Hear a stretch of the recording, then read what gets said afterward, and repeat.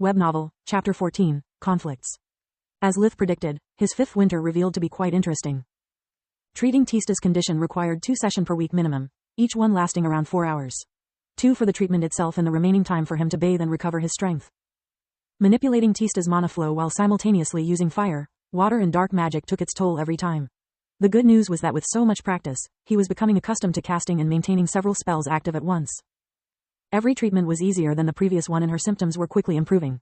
Tista was now able to help with the house chores and the livestock. She could even afford making long walks outside, when the weather was good. The bad news was that Lith's relationship with his brothers was now uglier than ever before. Every time Tista got better, someone would reproach Orpal for his past words, and if no one did, then Tista would. Orpal's fits of rage had really hurt her. His cruel words had shattered the image she always had of her perfect family, of her caring big brother. Tista had been humiliated and betrayed, and she was not going to forget that easily. Also, soon after hot winter baths had become available, Roz too started to bathe often. Orpal and Tryon were the only ones left out. Orpal because he could not stand the thought of having to ask something from Lith, especially if he had to do it politely. I'm the eldest brother, I'm not supposed to beg runts for favors. I'm supposed to give orders and be respected for it. That leech now has turned even the cripple against me, and I can't put Tista in her place, otherwise she will make me look like I'm the bad guy who picks on a sick little girl. Manipulative B*TCH. Tryon was between a rock and a hard place. He deeply loved Tista, but he also loved and respected Orpal. Tryon was the only one by his side, so he had not the heart to betray their bond.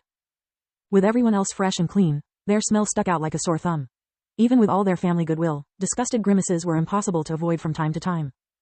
The first time Tista dubbed the duo as Orpoop and T-Reek, she brought down the house with laughter.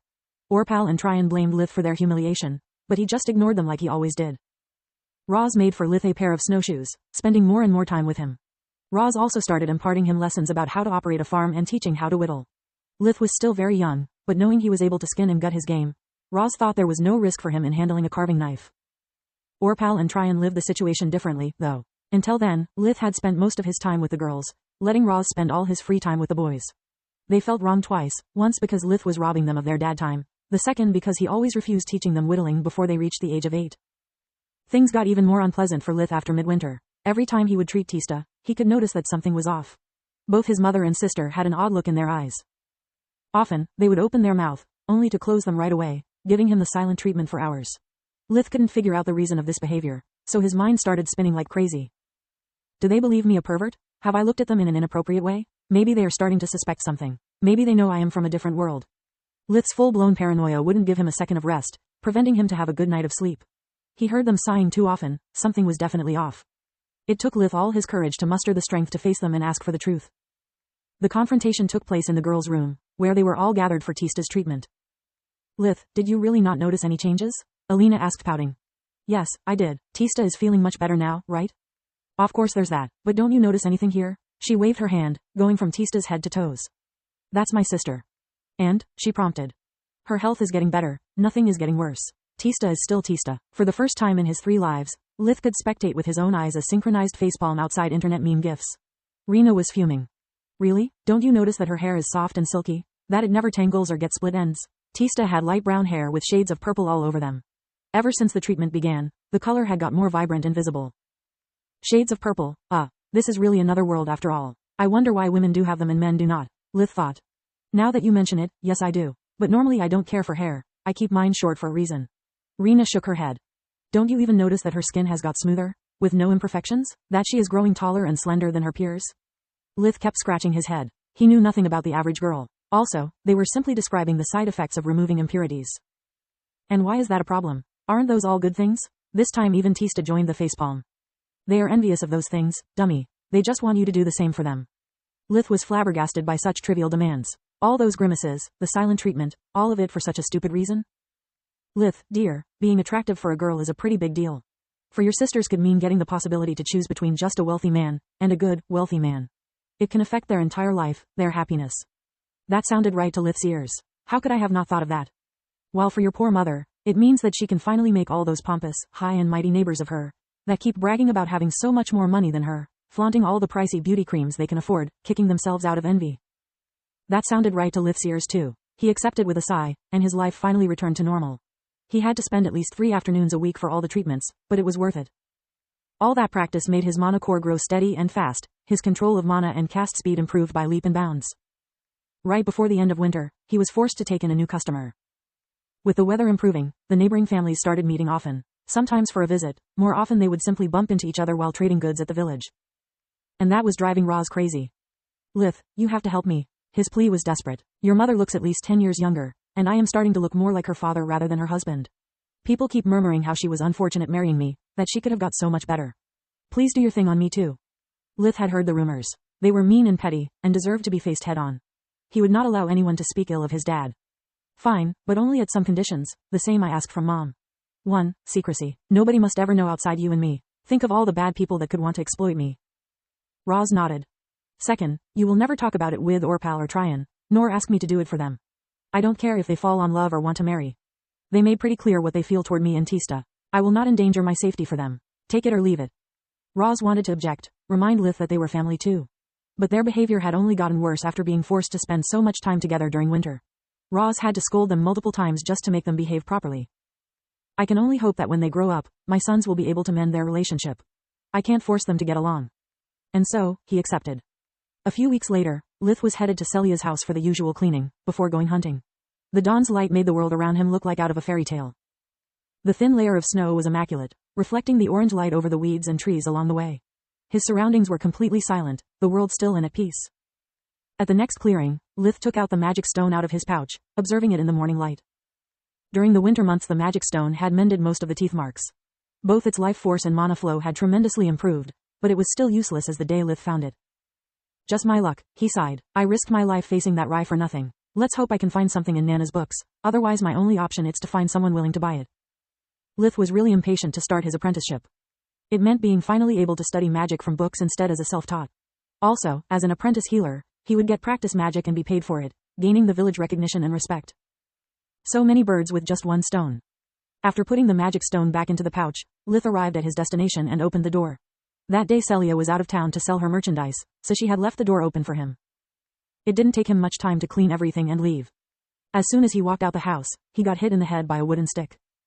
Lith's eyes went blurry. He felt someone pushing him back inside, making him fall to the ground with a kick in the stomach.